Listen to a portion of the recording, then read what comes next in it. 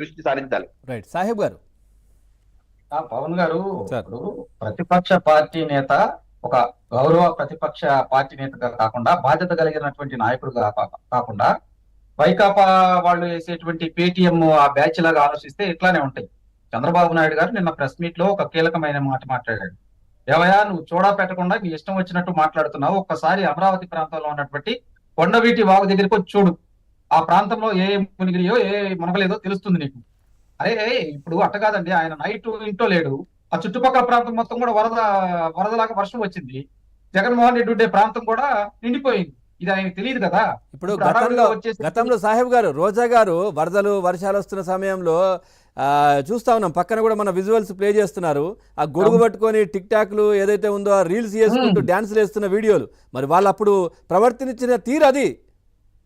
Yes, ఖచ్చితంగా అండి పవన్ గారు. ఇప్పుడు నేను ఏమంటానంటే, వరద ప్రభావిత ప్రాంతాల్లో నువ్వు పర్యటించి జగన్మోహన్ రెడ్డి గారు నీకేమన్నా కానీ లోపాలుంటే ఆ లోపాలు గవర్నమెంట్ కి తెలియజేయి. అంతేకాని ఏదో ఇష్యూ చేసేస్తే ఎట్లా? ఇప్పుడు విజయవాడ పరిసర ప్రాంతాల్లో 24 గంటల నుంచి కరెంట్ లేదండి. ఏదైతే మనం అనుకుంటున్నాం ఆ సింగనార్ ప్రాంతం కావచ్చు, మొగలరాజు పురం కావచ్చు, అదేవిధంగా కృష్ణలంక, ఇబ్రహీంపట్నం, ఫెర్రీఘాట్, ఇవన్నీ ప్రాంతాల్లో కమ్యూనికేషన్ కూడా లేదు. టవర్స్ ఎలక్ట్రిసిటీ పవర్ కూడా లేకపోవడం వల్ల ఆ ప్రాంతంలో ఉన్నటువంటి ప్రజలు ఇబ్బందులకు గురవుతూ ఉన్నారు.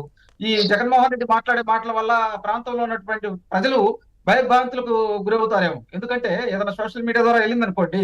కాబట్టి ఇటువంటి తప్పుడు మాటలు మాట్లాడేటువంటి వ్యక్తి మీద పలు సెక్షన్ల కింద కేసులు పెట్టాలి. దీంతో పాటు ఫేక్ ప్రచారాలు చేసేటువంటి సోషల్ మీడియాలో వచ్చేటువంటి కొన్ని సోషల్ మీడియా ఐడీస్ మీద కూడా పర్యవేక్షణ ఉంచాలి.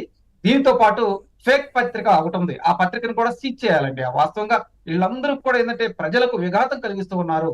కాబట్టి మేము ఏమైనదంటే లంక ప్రాంతాల్లో ఉన్నటువంటి ప్రజలకు ముమ్మరంగా సహాయ సహకారాలు అందుతుని ఇప్పటికే ఎన్డీఆర్ఎఫ్ నుంచి ఒక 5 హెలికాప్టర్లు అక్కడికి వెళ్ళినాయండి. అదేవిధంగా ఒక 20 పవర్ బోట్లు కూడా అక్కడికి వెళ్ళి ఆ ప్రాంతంలో ఉన్నటువంటి ప్రజల్ని అప్రమత్తం చేస్తూ ఉన్నారు. ఆ ప్రాంతంలో మూగజీవాలను కూడా, ఆ ప్రాంతంలో ఉన్నటువంటి గొర్రెలు అదేవిధంగా పశువులను కూడా తీసుకొస్తున్నారు. కాబట్టి మేమేమంటామంటే, ఈ రాష్ట్రంలో ఎటువంటి ఇబ్బందులకు గురైనా కానీ, ఎటువంటి అన్ఎక్స్పెక్టెడ్ ఈవెంట్ వచ్చినా కానీ ఈ కూటమి ప్రభుత్వం బాధ్యతాయుతంగా పశుగ్రాసం కూడా పంపిస్తున్నారు. పశుగ్రాసం కూడా దాతలు దానికి సంబంధించి కూడా వెళ్తున్నాయి. ఎందుకంటే మనుషులకే కాదు, వాటికి కూడా మూగజీవాలకు ఎక్కడ గడ్డి ఇవన్నీ కూడా దొరికే పరిస్థితి ఉండదు కదా. అవునండి, 3 జిల్లాల కలెక్టర్లు ఎలక్ట్ అయ్యారండి. కలెక్టర్ ఆఫీసులే ముఖ్యమంత్రి క్యాంప్ ఆఫీస్ గా చేశారు. అదేవిధంగా కొంతమందికి ఎవరెవరికి ఏ పనులు అప్పచెప్పాలో లోకేష్ గారు ఆర్టీఎస్ ద్వారా మ్యాపింగ్ చేసి పంపిస్తున్నారు. మీ ప్రాంతాల్లో ఉండండి, ఈ ప్రాంతాల్లో మీరు సహాయ చర్యలు చేయండి అని చెప్పి మినిస్టర్లు పంపిస్తూ ఉన్నారు, అధికారులు వెళ్తూ ఉన్నారు. కాబట్టి నేను ఏమంటానంటే, ఈ ఫేక్ ప్రచారాలు చేసేటువంటి వ్యక్తుల్ని ఆపకపోతే ఏదైనా చిన్న ఇబ్బంది వచ్చినా ప్రజలు పెద్ద ఇబ్బంది వచ్చిందని చెప్పి అపోహల్లో వాళ్ళు ప్రాణాలు కోల్పోతారని చెప్పి నేను చెబుతున్నానండి. ఇటువంటి వాళ్ళని కట్టడి చేయాలి. రైట్. లక్ష్మీనారాయణ గారు, ఫైనల్ గా సార్ కంక్లూడ్ చేయండి సార్. ఈరోజు